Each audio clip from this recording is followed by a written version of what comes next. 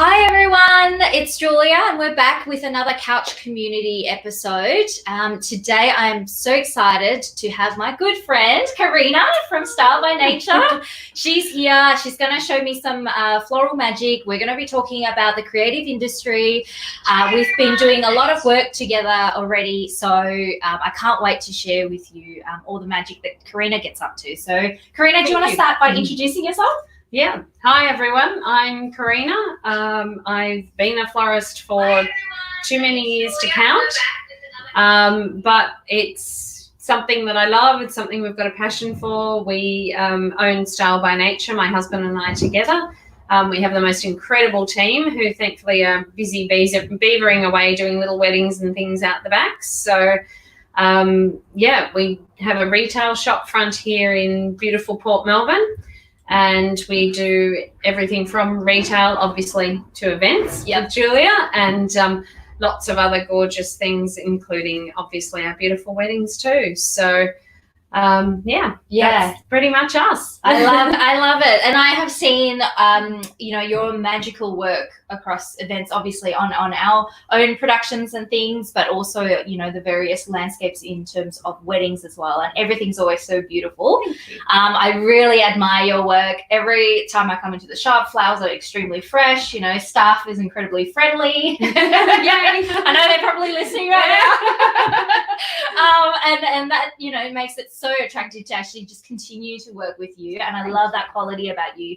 So today you're going to show us how to put together a little centerpiece. We are. Yes, that can be used at home or at events. Absolutely. Whatever we like. Yeah. So should we get started? What have we got here? Let's. Well, we've got a gorgeous little selection. We've got the last few weeks of our hydrangea, which is in its beautiful, beautiful late autumn winter colour tones of the sort of greens and the deep burgundies and things. So it's really, really lovely. We are blessed today to have some Ecuadorian roses and French peonies. So there is a little bit of import still coming through, which is lovely. Yep. And then, of course, all the other beautiful little local bits, the little Sweet William. Mm-hmm. And our leucadendrons, which are often classed as a native, but technically are assimilated immigrants and are really and truly South African. But we love them anyway, and we like to claim them as our own. Okay, yeah, well, that's good to know. So, and of course, just that lovely little addition of our beautiful kale as well, which we always love a little kale. Yeah. While she's in season, we will always enjoy using it. Yes. So. We were just saying before how much my mum loves this kale. Oh, really? Yeah. She used to work in the vegetable market industry. And she's always been very intrigued by the fact that people can pull the kale out and call it a flower. Yeah. Put it in a vase. So it's probably not actually one I would eat out of your centerpiece though, because it has been a little bit more cultivated and it is an ornamental kale. So maybe don't choose to eat this one. Okay, good to know. One of my clients did ask if she could eat the one out of her bouquet the other day. Okay, maybe just don't. I don't want the responsibility. Yes, exactly. Now, Karina, I noticed that as I'm pulling the flowers out, obviously the water in our vases are warm. Yes. Could you please explain why? Yes. We, as a company, just choose to put everything into warm water. For us, it's part of the longevity. Right. It's a little bit like, you know how we feel. If we go and get in a cold shower, we absolutely probably freak ourselves out. Yeah. Some of us choose to do it as a little invigorating, but not me. But that's a no. And what it really does is flowers usually travel a long way. So they seal their own stems to keep in any moisture, which is awesome. It keeps them able to travel. But what we need to do is whenever the flowers come into the store, sometimes they're in water, sometimes they're just boxed. Yeah. Either way, we will recut all the stems on an angle. We use a knife, but scissors are absolutely perfect too, or some secateurs, whatever you may have at home. Yep. And then what the warm water does is dissipates any of those little air bubbles that have collected because the stem has been sealed.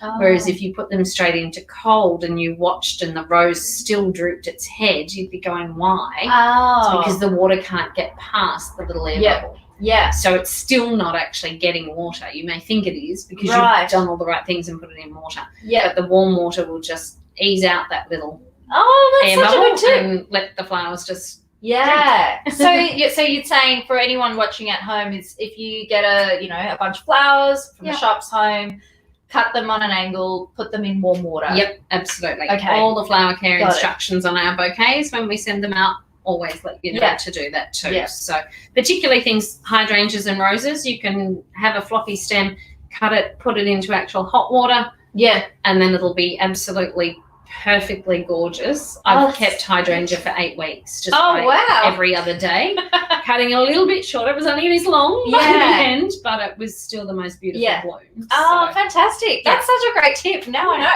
Yay. That's really, really great. I'm also curious because sometimes when you buy some flowers and you get the little sachet packets in there, what do they do? Because I tend to just chuck them out. Yeah, look. And do they actually work? They do help. Yeah. But for us, this helps more, this warm water. So it's sort of doing the same thing.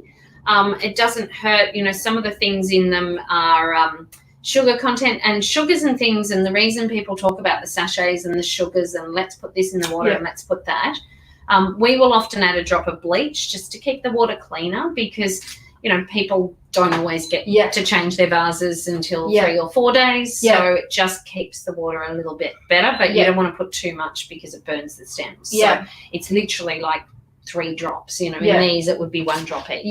Okay.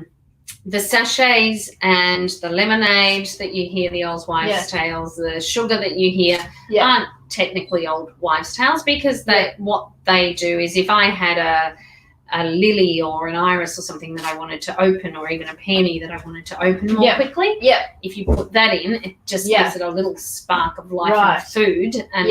And also, the flower foods are quite good because they'll have some of the nutrients for things like tulips and so forth that they can't now receive from the bulb or from the earth.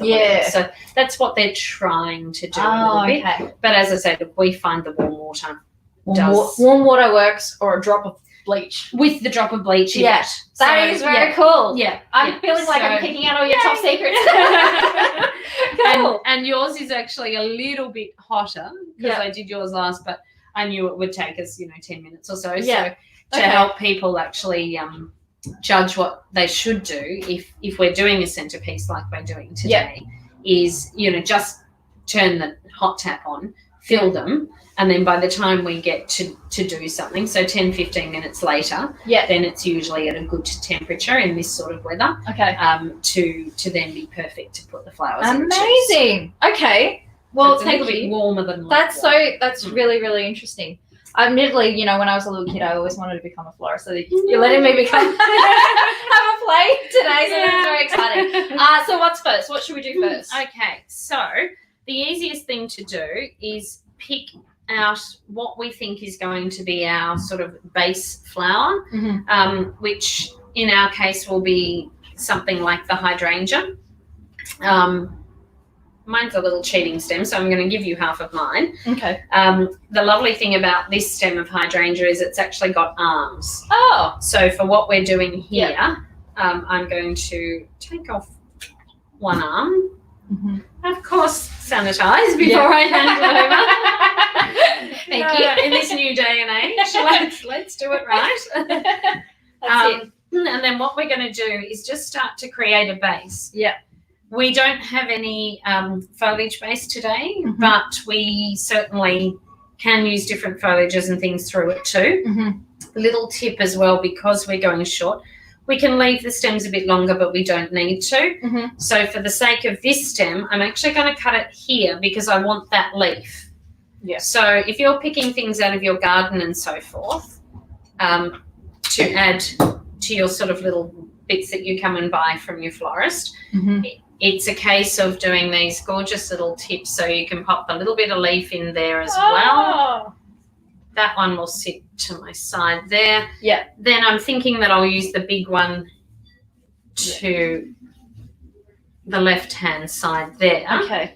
So I've taken this. That's okay. That doesn't matter. Pull that leaf or two off anyway. Okay. And then use yours. Okay. Right. Yeah, just getting a bit excited. that's okay. You see, your leaves were higher than mine. Okay. So you've got a little bit of leaf in that as well. Yeah.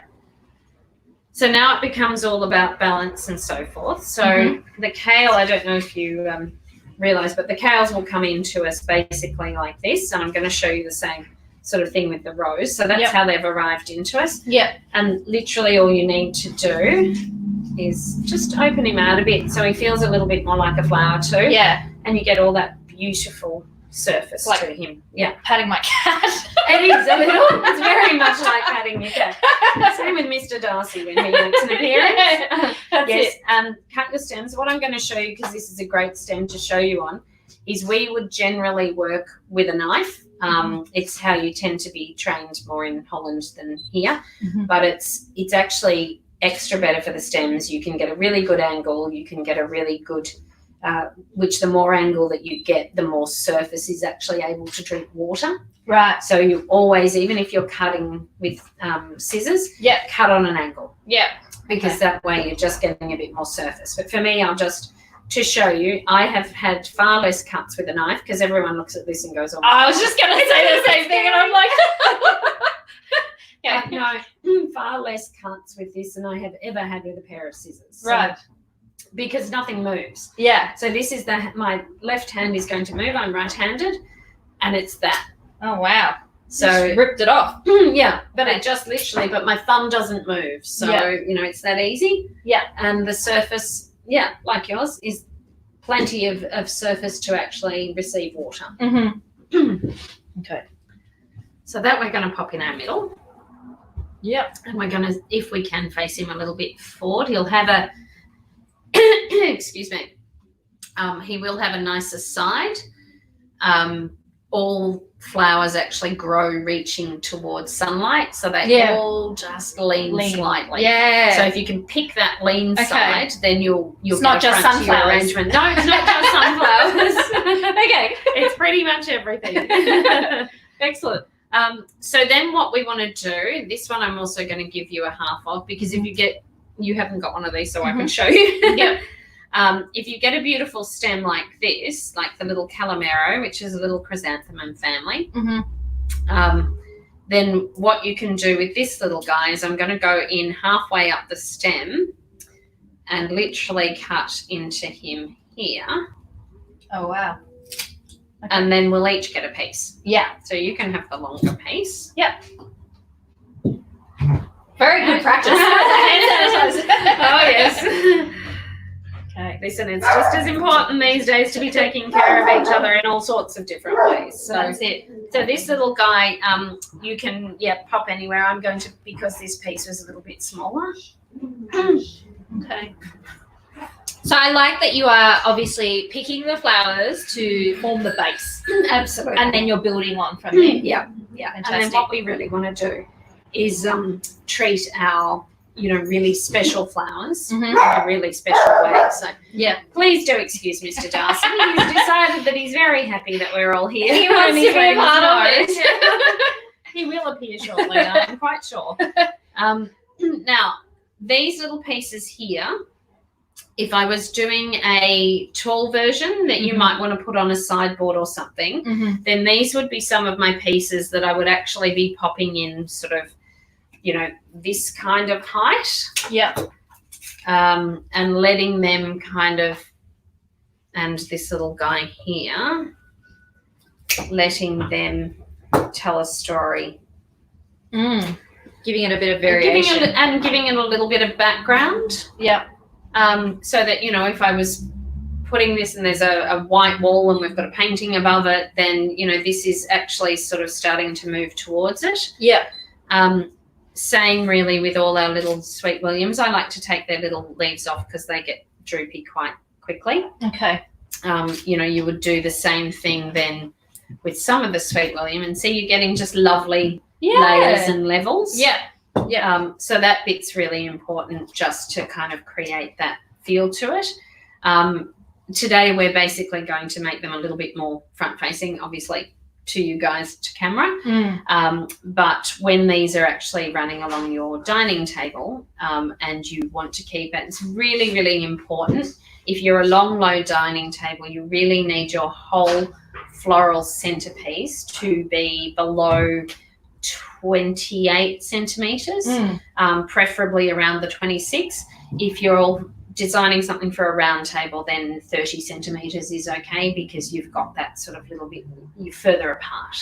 But what we don't ever want to create with a centerpiece is a barrier. Because it's about actually enjoying speaking over it rather than actually. I absolutely love that, because that resonates so much to what we do in our events work. Absolutely. You know, we come in and we sit down with the client, and they're always like thinking they want big floral pieces or those kind of thing. And we're like, no, it's actually, you don't realize until you're in that event moment and you're trying to have a conversation with someone across the table and you're dodging them around. So that's a really good tip. So 30 centimeter for a round table. 20 otherwise. 28. Really? Aim for 25, 26. And then, you know, if it's, there'll always be little pieces that go higher.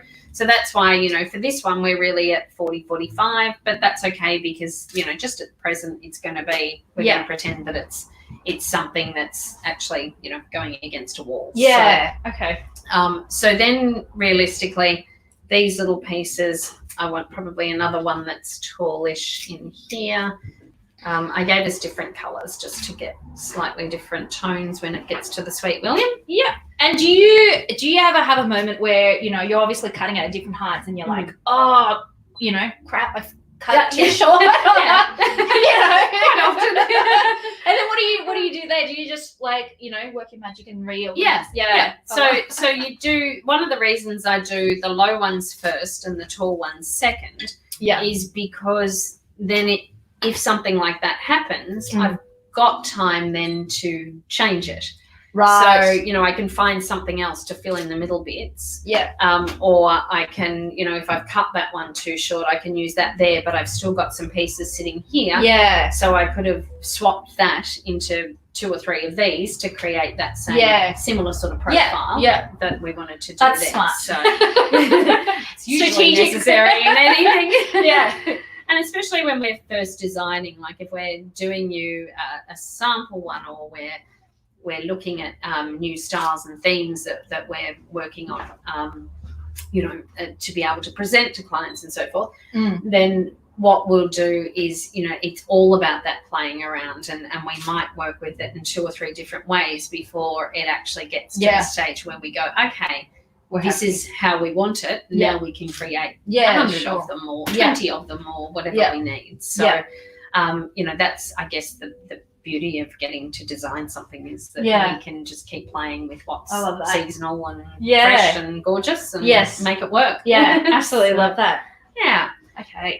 So from there, I think what we'll do is leave it tall for now. We'll go in with our beautiful peony, and we really want her to sit in a place where she's got pride of place too. So she's going to be a sort of medium length.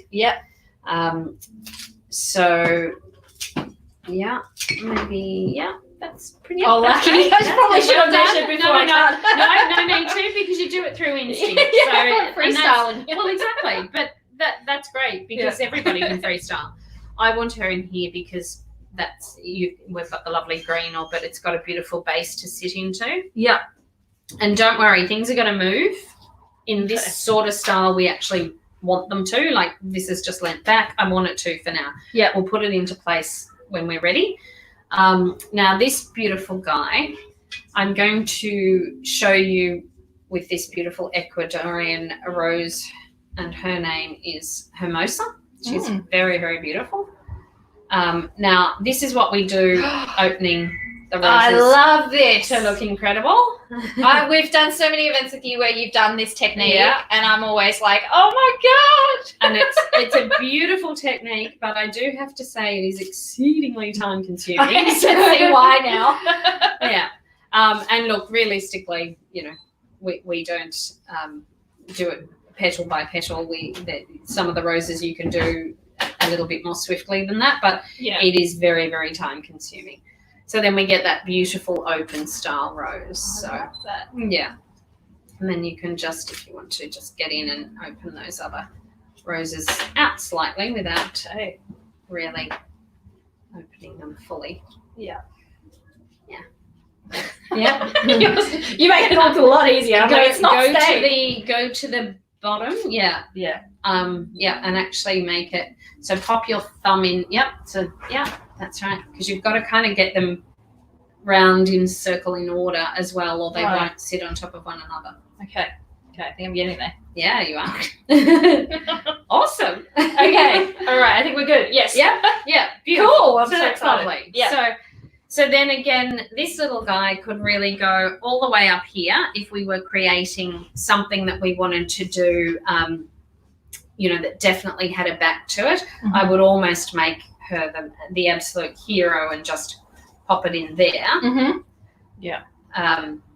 But the other option is that we bring it down lower than our peony and then we pop it down in amongst here. Sure. But, again, just for now, we'll leave it high. Yeah. We'll pop in our last few pieces of Sweet William. Sweet William, beautiful. So, Karina, how long have you been in this industry for? Well, long time. Maybe a little too long that I don't necessarily want to count, but Style by Nature will celebrate our 21st birthday in August, which we're very excited about. Yes. Although perhaps not the celebration we had planned. Yeah. And then but prior to that, I was a designer in the UK for 10 years, working in a couple of really beautiful flower shops, but also freelancing, troubleshooting, going into stores and helping them with, either staff training, marketing, merchandising, all that sort of thing. So that was a really fun part of my career. Yes. And I did originally train here in Melbourne. So I've also done weddings in Germany and Holland. And oh my goodness. Trained over there and done all sorts of beautiful things there too, which is great. And of course my favourite bit, doing my AIFD, which means I'm also a very one of the highest qualification that we can get in America too. Which is wow. So, okay. So you've been around the world. Yeah. Then you came back to Australia, Melbourne, and decided to open up your own business. Yeah. Something that my husband and I could do together. And we wanted to come back for, to change our lives over here. And this was the thing that I knew best, and he knew all the business side. So fantastic. It made sense that we did it together. Okay. So, Was it quite challenging, I guess, coming back from overseas, doing everything you've done, and then starting fresh in Melbourne? Look, it probably was, but we were so excited to do it that I don't think we really noticed. We were just like, well, this is what we're going to do. This is what feels right. This is what feels like us. This is, how we want it to be. So, we probably set ourselves some great challenges. We opened in Toorak Road, South Yarra to begin with. And, that was absolutely awesome. Yes. But we found with the clients that we had and the ease of getting to them. Toorak Road, God love it, is an amazing place, but it's terribly congested. I can imagine, so realistically, for us to get from here to Crown or here to any of the CBD venues is probably 20 minutes less than it took us from somewhere that feels like it should be closer. So that was one of our main reasons for moving, and the size of this gorgeous store. Because we've literally got our double shop front. We've got sheds, we've got offices upstairs, we've got storerooms upstairs, we've got everything that we could possibly need here.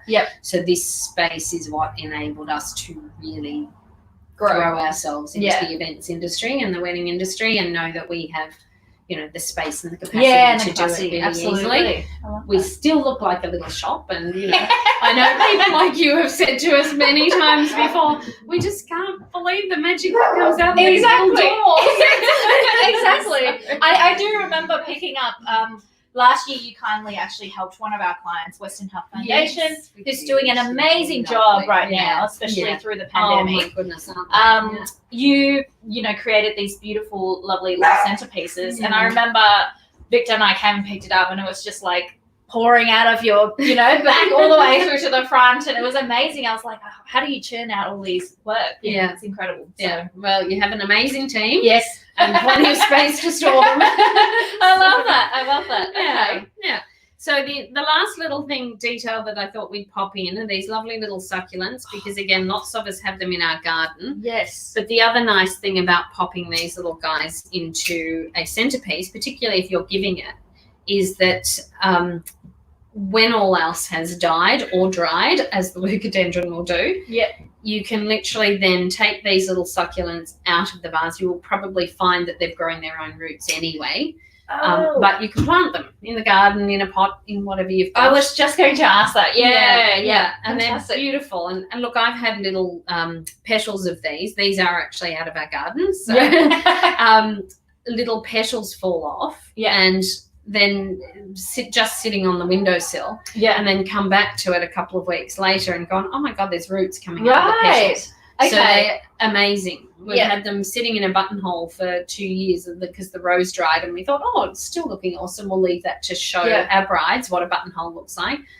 And it starts to flower. Oh my and God. sprout. Okay. That's a bit creepy. Really, but you're in nothing. Right. So they are rather gorgeous. Yeah. So a nice little thing to do with these guys, again, you know, we've got stuff. We would be making this the other side, but we're putting it all to the front today. So I would probably put the two of them together because they're little, just so that we can create a lovely little grouping with them. I think it's getting a bit full. Yes, it probably is. That's why we got the big jars too. Yeah. Because the little ones wouldn't have held our kale and everything else. Okay. So this is basically our design if we're doing it, as I say, for something that's not lovely and, you know, tall and has a background. Yeah.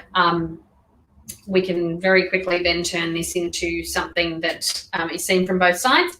So I might quickly flip that through as well for you, and then we can turn it round so that everyone can see then that it can have another side. Yeah. Love that. Okay. Yeah. Sit him in the middle one if he's All not right. in I'm that like, I don't know. orchid supporting. Yeah. Yeah. So again, it's all about asking one flower to support another. It's like us, it's all about community. Exactly. So yeah. Hence why we're doing this. Exactly. Okay. Yep. See? So now that the little orchid at the back is supporting it. Yeah. So I love that. easy done. Awesome. That was very easy, and it was actually a lot of fun. Yeah, exactly. So that's that version. And then, as I say, you're welcome to join me if you want to turn yours into a centerpiece. Okay. But I'm just literally going to take now all these lovely big pieces, put them in lower facing me. Yeah. Okay. Well, in fact, what I'll do is turn it around. And while you do that, I've got some questions. Yeah, please fire away. Every time we do this, whether it's on our cooking series or, you know, our cocktail making series, everyone tends to ask, the expert being you today, do you have any floral horror stories that you'd like to quickly share with us?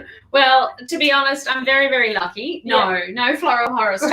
Right. Except, of course, you know, our present COVID situation. Yes. And I guess in that case, my biggest horror story was our absolute horror for our poor brides that have had to postpone. Yeah. So, and our poor events that have had to postpone. And one of my beautiful brides in particular, one of my beautiful couples, literally their flower had been brought into the country. So we were so close to their wedding. We were literally days out. Yeah. And that was heartbreaking. Yeah, of course. So heartbreaking rather than horror. But she was absolutely amazing. We have dates rebooked for her.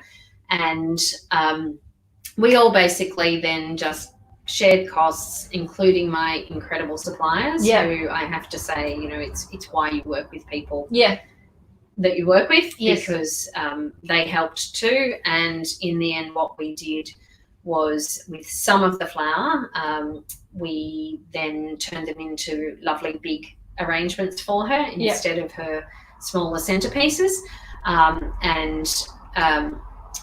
He came and picked them up, and then they literally went and donated them to the hospitals, which was just gorgeous, with a lovely little note that said, you know, thank you to all the frontline workers, and how they wanted to at least make their postponed wedding something helpful to someone. Yeah, so fantastic. So yeah, so it didn't end up as a Yes. horror story. It really ended up like, I think this whole situation will end up as full of silver linings, and you know, full of amazing changes and amazing community, and all the things that, you know, we should do. Yeah, definitely. Pulling together. So, yeah, I love that. Yeah.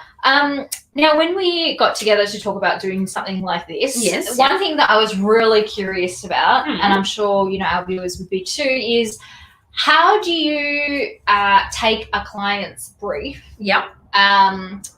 digest it, and then come up with something beautiful to help them realize their vision, whether it is their wedding days or at our events? Absolutely.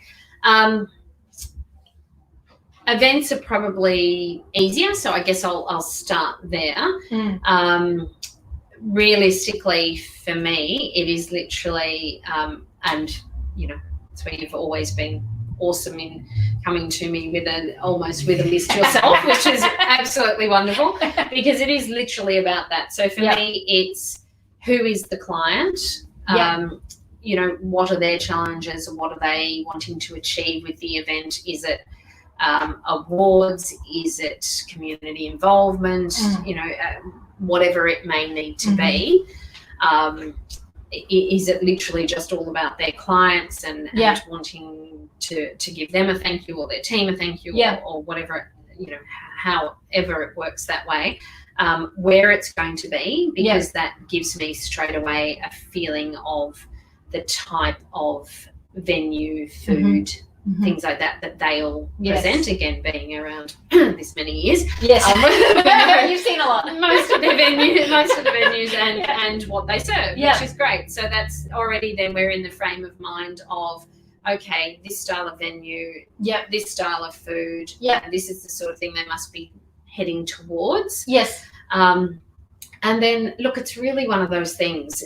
Don't ever be afraid of telling your florist a budget, because it takes out all the mess. We might say, we can't do it to that, but we can do this.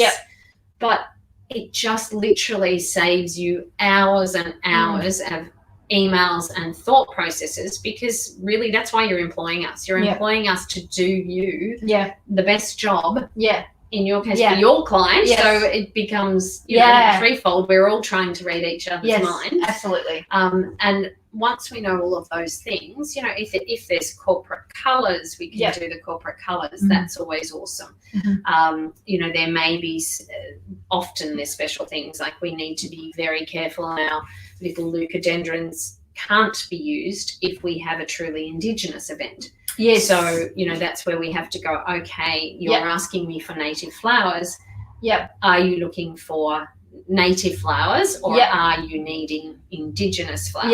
Because it's a very different thing. And we don't want to offend someone if it is truly Indigenous. So, you know, there's lots of little things like that. I love that. I think it's so great that you even just started by answering the fact that you look at what we're trying to do and who the clients are, what their portfolio is, who they're going to have in the room. So it just goes to show that I think, you know, for your style of work, it's not about just making things look pretty. It's not just about picking pretty flowers, putting it together. You really go that extra mile to understand your clients and learn what you're doing with your work to ensure that you're sending the same message. And I really love that. And I can definitely see that through, you know, our previous projects as well, you know, and same with the budget thing. I remember I'm always like, and then you'll be like, what's your budget? And then most of the time you're like, here's, you know, budget version, here's a little bit more premium, and then here's like the best kind if you really want it to go that lavish. And it gives us event planners that flexibility to say to our client, look who we're working with, these are the options. That's right. And giving people the choice to pick what they want. Absolutely. So great. Yeah. And like, when I know who your client is as well, it's I guess an extra bonus because I don't think I've done an event ever without Googling the client. Yeah. Because basically to understand them and, what their sustainability is, Yes. what their community is, actually then helps us do something really much Fantastic. more. Yeah.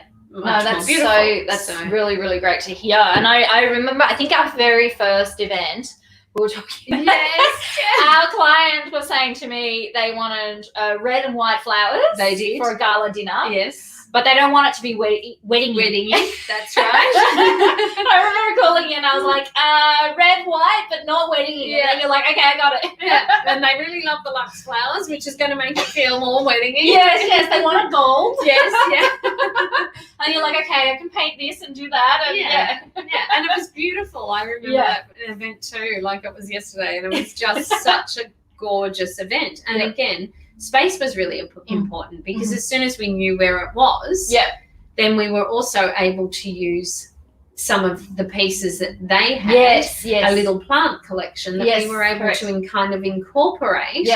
And then actually go, okay, well, this is how we can use luxe but make it work in your budget because we can incorporate what they already have, which will make your centerpiece feel bigger. Yeah.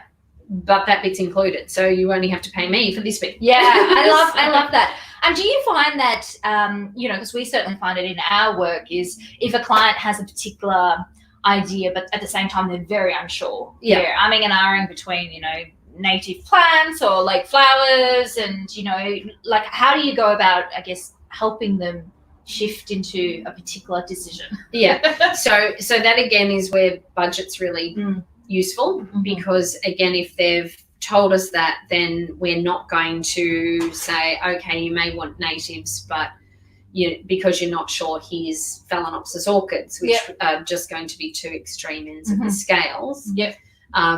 So that way we can sort of look at it and go, okay, well, here's your option in a native version. Here's your option in a seasonal version. And here's something a little more luxe. Or a little bit more quirky or a little bit more throw it out there. So, any of those things can very easily be changed. Adjusted. Just I love that we're in your shop and your staff is kindly absolutely love that. Yeah, of course. They're absolute treasures. Yeah. So this is obviously a local coffee place as well. Yes, this is gorgeous Maurice on Bay that have just opened next door, who are French Mauritian based, and it's an organic coffee, so it's really lovely. Yes. So. Now, have you ever had to team up with other florists to create something? Absolutely. And look, often in the wedding industry, you're doing it all the time. Yeah. Because you may have someone that is absolutely desperate for you to do all their bouquets and things. Yes. But someone else, is contracted to the venue and is going to include a centerpiece for them. Yes. A lot of the really big hotels and things, do that sort of thing. And I've got a lovely friend in the industry that we've met through doing that. And he's absolutely gorgeous. And I would just say to my brides, literally just tell David, it's me doing your bridal bouquets. Can we match into this? This is the sort of colour palette. If he needed to, he'd email and say, what are you doing, woman? But he would always then try and make that work for them so that no one had to know that it was True Florist. Because at the end of the day, again, we're all an industry that's just, wanting to thrive at the moment in particular. But, we always have. And I think it's an industry that should feel like a family and should be able to work together. I love that. Because, it's important. We will many times have to come across each other. There's a group of us that go out to dinner together and so forth. Because again, it's nice to catch up and be able to talk to someone that talks your language. Absolutely. And you can get on with what kind of flowers are hip and interesting at the moment. Yeah. Now I have seen, and actually my team and I was talking about it the other day, at the moment, it seems like everyone is doing dehydrated flowers. Oh, yes. What are your thoughts about that? Obviously being a fresh having done this for a long time, and having my enthusiasm for flowers sparked probably, according to my mother, from the second I was bouncing in a bassinet, and I didn't really want to say mum or dad or anything as my first word. I reached out of my bassinet into the garden, pulled at a flower and went pretty, and that was my first word. So she went, really, no surprise. Yeah. Wow. Yeah. But also from her, you know, all our mums in the 70s/80s did flower classes. Yes. And they did the Floral Art Society, and it was awesome, and they had fun, and they did it with dried flowers. So so it's that kind of gorgeous, quirky, eclectic thing that everything old is new again. So, you know, I like that things come back, and I like that they have a purpose, and they'll do that for a few years, same as our little, you know, various different styles have come back in a funny, bizarre sort of way. Even the fresh flower trend at the moment is a bit like the late 80s and so forth, where everything was about abundance. So they've changed the abundance to a modern style, but it's still about abundance.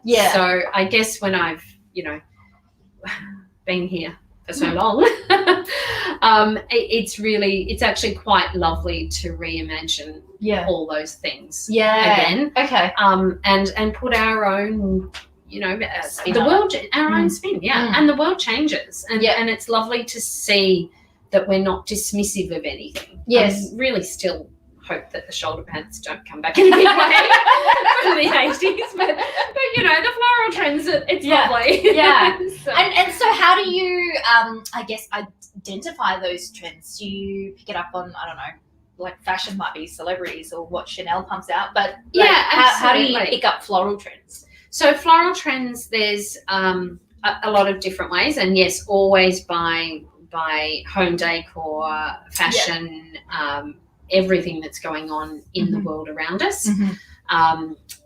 It's, you know, most of my inspiration has come from literally a walk down a high street sort of thing, and going, oh, okay, look at what's about, you know, it's nothing to do with flowers, but that's really kind of cool and quirky and interesting. All right, how can I translate that? And you know, the very fortunate thing about being a member of AIFD, which is the American Institute of Floral Design, which is the exams and things we were talking about, is that you know, obviously there's a lot of on-trend forecasting there. And also I also have a Dutch and European design certificate from the Borma Institute in Holland. So while I was there, of course, I went and got qualifications because I like to do that. And that's awesome because, again, Europe has trend forecasts and so forth. As do we here, and there's the Pantone colours, you know, of the future. So I think it's our Lacqua is going to be next year's one, which is a lovely tealy blue. So we've kind of missed out on our cool water blue a little bit this year because we've all been, you know, in lockdown, basically. So it's kind of like that. So I think, you know, in a way they've kept to a shade of blue to keep that sort of flowing, but it's a happier, brighter sort of blue. So it's quite nice to see that sort of that coming. And I would imagine I'm seeing it already in furniture and things from our hire companies and so forth. So that's going to be really great to see those sort of blues come in because they're a lovely palette for us to throw all sorts of colours at too. So you know, think of peacock feathers and the beautiful colours in the eye and all that sort of thing is and that's again where, you know, a lot of those sort of dried florals and things work. And the other thing that I love about this dried floral sort of selection is that it's quite sustainable because it's saving the growers from having to throw something out. They just dry it instead.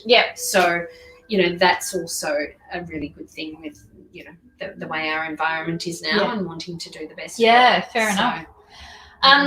one of my final questions, which I certainly experience this every now and then when we're working through creatively for our events, is when you have a creative block. Yes. When, you've got a brief, you've got a deadline. Yes. And sometimes I know I do this to you where I'm like, I need something quickly. And, you've got to present something quickly, but nothing's coming to you. Like, what do you do to kind of like, do you go for a walk? And I usually pick up Mr. Darcy, yes, who everyone has heard barking, and literally take him out for a little walk and just kind of clear my head and go, okay, and literally almost go back through that checklist in my mind. What have you asked me for? Yes. What are you looking for? Yeah. If I need to, I'll usually, have my phone with me and again look through what I think you're telling me that the company is trying to achieve or your client. And then usually I'll find just by sort of clearing my mind. Yeah. Then I start to go, oh, okay. Oh, well, it's not quite that, but it's, and then it's easy. And then we'll bring back, we'll bring up photos. We also, the team again are just amazing here, and we're so lucky with them. And we'll literally sometimes I'll just kind of walk down the stairs from the office and go, okay, yes, this is what we're being told. It's got to be low, it's got to be, or it's got to be over 60 centimeters. We're going to have a really short bump in time, so it's got to be created here and it's got to be put in place. It needs to suit this budget and it needs to be heading towards these colours. Any thoughts? And literally boom, boom, boom, boom, boom. I love that. Which is great because it's I think it's really lovely. The reason we're Style by Nature is because it's about a collection of like-minded but not like-styled people. So it's whenever we get new designers, it's not so that we're all the same, it's actually so that we're all different. I really like that. That's so true. Really, and it makes me reflect back on our team as well. I guess in developing Couch Community we had the same thing. We all had our freak out moment. That was our roadblock. We kind of sat down around and everyone pitched a couple of ideas. We ripped it apart. We put it back together. Absolutely, yes. Talked through it, and then we landed on, some of the series that you see now through CouchCom. So it is a team effort. It's that thing of going for a walk, clearing your mind, thinking through those steps of why the client's asking for what they're asking. Exactly. Consider those aspects, and then brainstorm with the team and bounce ideas. Yes. I really like that, which is amazing. And in a funny way, I think this situation, and I'm sure you've probably found it incredibly drastic in the events industry. So it came to a full stop. Exactly. What I admire about you is that you haven't let it come to a full stop. You've gone, oh, okay, here's an opportunity. And I think that's, I guess, what we're all doing and taking an advantage of the time that we've got to do things. We had a website that for us was very outdated. So now that's in full production, and that should be ready to launch by the 16th. Amazing. Which is amazing. Yes. So and it's really exciting. So you kind of look at it and go, okay, in a way it's the most drastic thing ever. And we just lost 80% of our business, as you lost probably, I'm sure, 100% in 2 weeks. And all of us in this industry just went, okay, that's a little bit shell-shocking. Right, what do we do now? Exactly. So, and we've had enormous support from our local community, and our retail has changed, and it's picked up, and everyone's been so supportive. And, so that's been incredible, and thus leading more towards the website as well. And now our next thing will be to start working on that as a platform that's easier for all of you as well, for all our events and weddings and things too. So can't wait to check it out on the 16th. Yes, on the 16th. Now that you said it out loud, it has to happen. I know, it does. It's almost just ready and waiting for me to push a button. Oh, great. Well, thank you so much. I'm going to recap to see if I remember everything.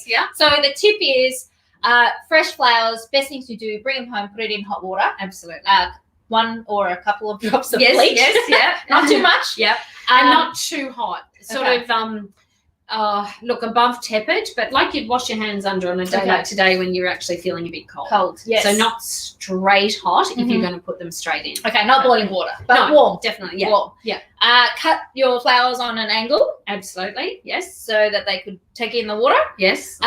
If you're making an arrangement like this, start with the base. Yep. And then Any arrangement, pretty much. yeah, Any arrangement, it's good to start with your base and your profile and your shape. yes, profile and shape. Yeah. And then add height if Yes. necessary, yes, and which then helps hero the profile. Yep. pretty flowers. I mean, Yep. they're all really pretty anyway. Yes. yeah. And a good tip for event managers is, or centerpieces wise, 28 centimeter Yep. For a Height. long table. for a long table, or 30 at most 4 rounds. Yes. That's Yes. great. Yeah. And, we can cheat a little bit. And if you've got a little bit of that coming high, that's okay. You can still see through that. But not the entire profile of the arrangement. Yeah. Yeah. Fantastic. Yeah. Thank you so That's much. all right. I hope you had fun. This I was had so much fun. such fun. I really had such fun. This is great. And I think it's such a wonderful initiative you're doing Thank with you. the couch community. I'm just Thank you. so thrilled to have been asked to be a part of it. No, So we thank love you. Tori. Everyone should definitely check out your shop Thank or you. on the website when it's up. Yeah. Support your locals, buy the flowers, enjoy it. And then we'll see you next week. Amazing. See you. Bye. Bye.